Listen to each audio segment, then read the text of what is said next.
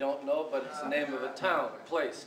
So I found in one of these meetings here or somewhere in the Midwest a sheet of paper on their desk, the leaders of NSA, and it said on the left column, it was a matrix, it said on the left column, Hayden Haber, there's a box, and then on the right column, it said YAF, Young Americans for Freedom, there was a box, and then in the middle, with lines going to the two sides, there was a box that said Control Group. So I had discovered, intrepid investigator, documents thief that I was, that there was a control group, but who they were, Paul's right. It was impenetrable until somebody acknowledged that it was CIA funding, and it had gone on for a very long time, and that led to this huge crack-up. The other thing that is really important is that the AFL-CIO, bless their souls, had an international department that did all of their labor activity in foreign countries, and that was run by the CIA. And the person who ran it for the CIA, Tom Kahn, rest in peace, is the person from the LID that fired us because the draft statement was too soft on communism and too anti-Cold War. He's the one that locked us out of the office and took the keys and cut the checks. He goes from that position of being like the monitor of the SDS to being the speechwriter for George Meany for many years, and then he became the director of the International Affairs Department of the AFL-CIO, which I believe is beyond any dispute was run by the CIA for decades.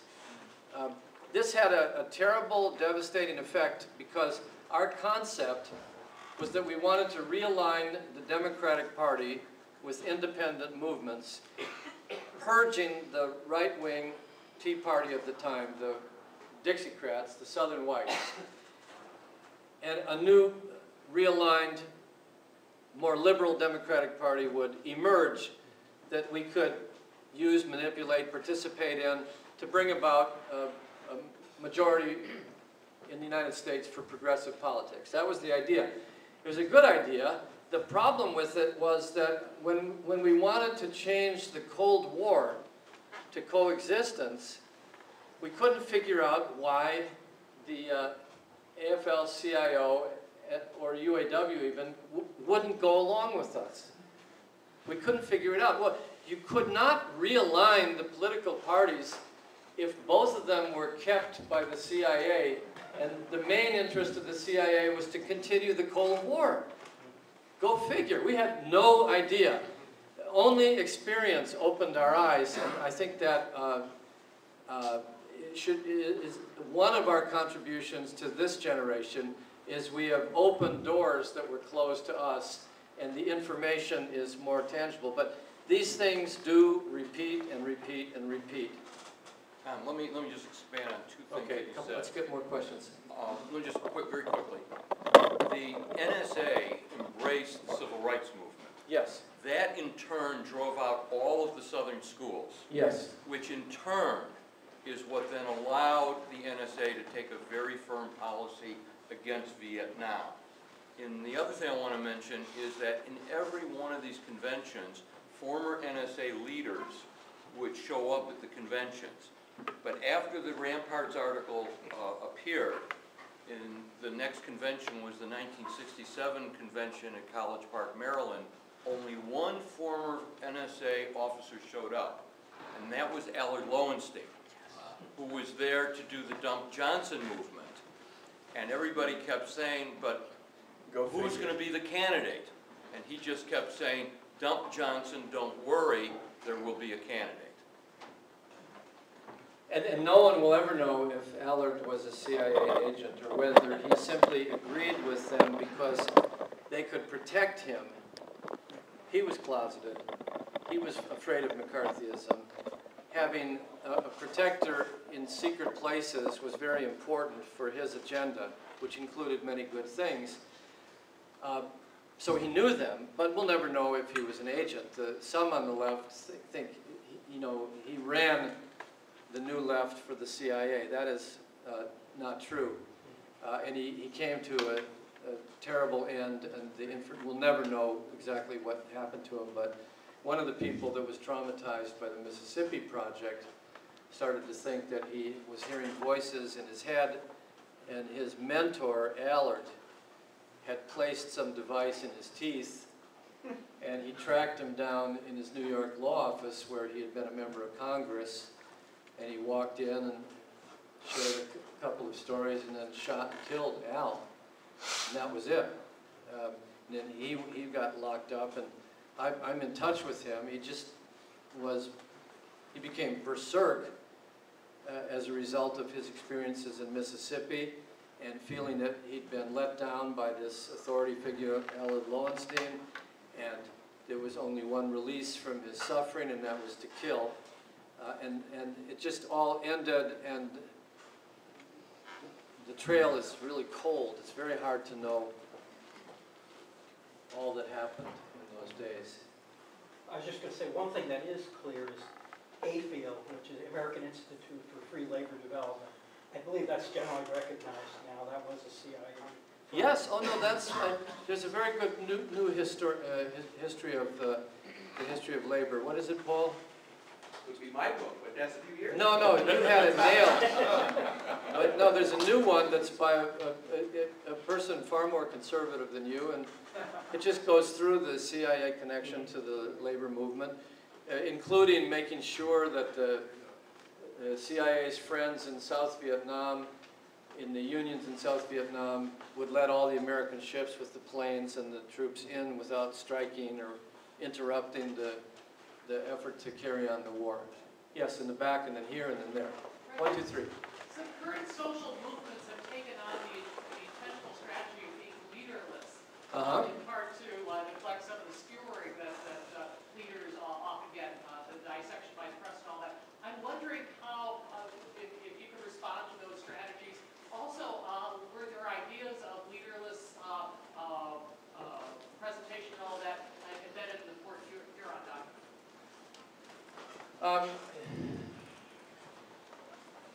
I think that we need a discussion on leadership. What they mean is vertical organizations where too much power accrues to one person or a committee become dysfunctional, if only because there's too many questions to be answered for one person to be giving the answers while everybody else is waiting. It's very disempowering. Secondly, the media often chooses the leader more than any accountable process because the leader is charismatic or is insane. They make a choice about who they want to put on television, and we live with it. Leaders get killed. Student leaders get killed. I think an accumulation of all these experiences, past experiences, makes people very suspicious of leaders and very favorable to horizontalism. We had the same ideas to some extent, even when we were innocent of all the things that we were to later learn. But we had leaders, like I was the leader of SDS, and I was elected for a one-year term. It was a rotating concept. We were completely against students becoming permanent students. Every year there had to be a rotation to new leadership, and the old leadership had to retire into the informal culture of the organization, but leave the campuses. That's why we did community organizing. So, and meetings really were exhausting, in which there was a belief that everybody should have a say, and there was a lot of reluctance to cut off discussion. But there were decisions, I don't think they're heresy for Occupy, to have some votes, you know, like big issues. Is this a big issue? Everybody says, yes, all right, it's going to be discussed for 20 minutes. Is this a small issue, a widget or a gizmo? I later named a cat after the gizmo. Trivial issues, like consent calendar issues, 1 minute. And people would then talk for 20 minutes, and then they could decide by vote to talk for another 20 or get it over with. And if it was a tie vote, that was recognized as dysfunctional. So you have to go back and get unity, unity, unity. That's why the document kind of wrote itself, because you can't understand it without realizing that many sections of it were put in by acquiescence by other people who didn't care that much about it. Somebody wanted to put in something about the International Geophysical Year? Fine. I have no idea who that was. So, yes and no. And the rotation, and SDS never solved the problem, so there's certainly no pride of sponsorship about organizational theories, because even in the most ultra-democratic meetings, there was no control over who was a member, what was a chapter.